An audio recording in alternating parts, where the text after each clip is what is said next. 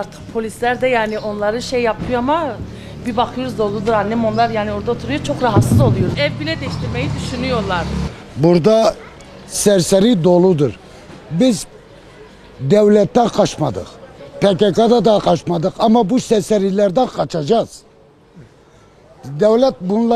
Devlet tutuyor yine bırakıyor bunları. Bunlara bir çare lazım. Valiye nasıl gidilir?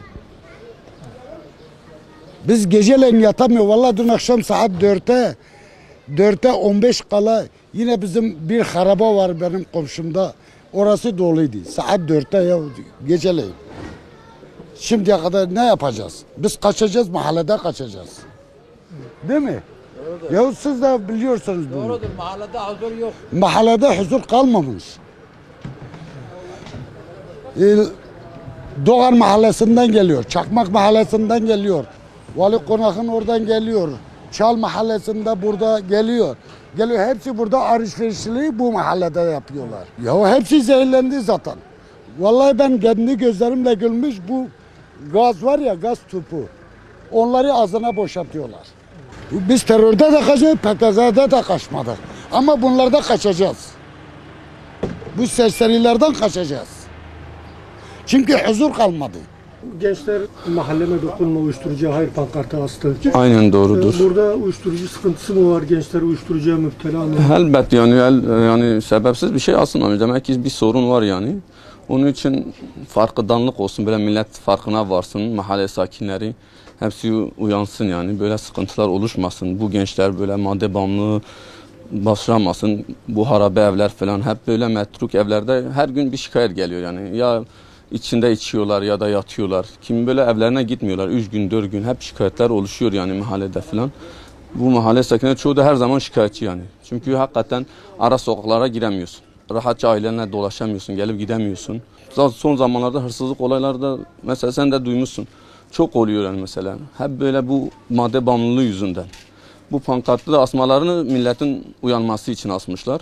İyi bir şey yani gerçekten milletin mahallelerine sahip çıkması çok iyi bir şeydir. Herkesi de destek vermeye çağırıyoruz yani. Yani Siirt gibi bir ufak bir yerde böyle şeylerin olması çok kötü bir durum. Madde bağımlılığı olduğu için gerçekten ya hastanede ya tedavilerde çürüyüp gidiyorlar yani. Yetkililerin bir an önce müdahale etmesi lazım. En azından bu mahallelerin hem kentsel dönüşüm açısından hem mahallelerin sorunları muhtarlarla birlikte dinlenmeleri lazım. Çünkü mahalleler genellikle ara sokaklarda kimse giremiyor gerçekten. Yani şimdi ben sana ne desem bu senin girmen lazım, görmen lazım yani. Durumu iyi olan buradan çekip gidiyor zaten. Durumu iyi olmayan o da kendi geçimini zar zor sağlıyor zaten bu mahallelerde. Mecbur ayakta kalmaya çalışıyor. Yani bu sorunlarla beraber yine mahalleyi terk edemiyor. Yani durumu iyi olmadığı için. Ama gerçekten müdahale etmeleri lazım yani. Hem kentsel dönüşüm için hem de bu uyuşturucu, bu madde bağımlılığıyla mücadele için. Bu mahallede de doğup büyüdüm. Yani doğma büyüme bu mahallede hiç sorunlar eksik olmadı. Terörden uyuşturucuya şimdi son şey uyuşturucu oldu. Uyuşturucu zamanda da artık biz vatandaşlarımız kendimizce bir şey oldu işte bu da bizim bir propagandamız, kendi eylemimiz. Yani aramızda anlaştık. Sağ olsun Orhan Sevgin desteğiyle beraber bu pankartı astık.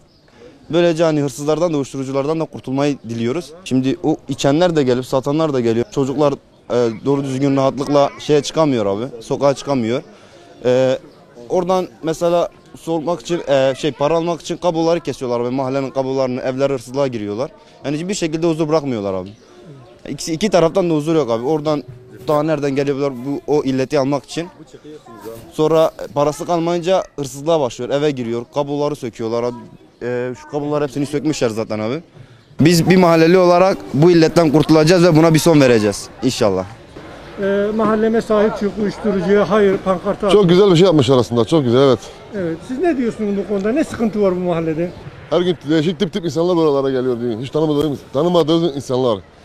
Ama inşallah düzelecek, çok güzel olacak. Bir ara Sayın Çevre Bakanı geldi, Sayın Vali geldi. Dediler efendim bozacağız, şey yapacağız. Daha bir şey çıkmadı onlardan. 20 seneden beri diyorlar bozacağız, kentsel dönüşüme çevireceğiz. Yapsalar çok iyi olacak o da yani. Evet. Harabelerde içiyorlar, şey yapıyorlar yani. Sen artık korkuyorlar sokaklardan bile geçecek. Bu devlet bu işin üzerinde durması lazım yani. Bu eski harabeleri bozmaları lazım, düzeltmeleri lazım. Yani yeter artık bu gençler o kadar zehirleniyor, şey oluyor yani günahtır bu gençlere. Üzerinde durması lazım devletin.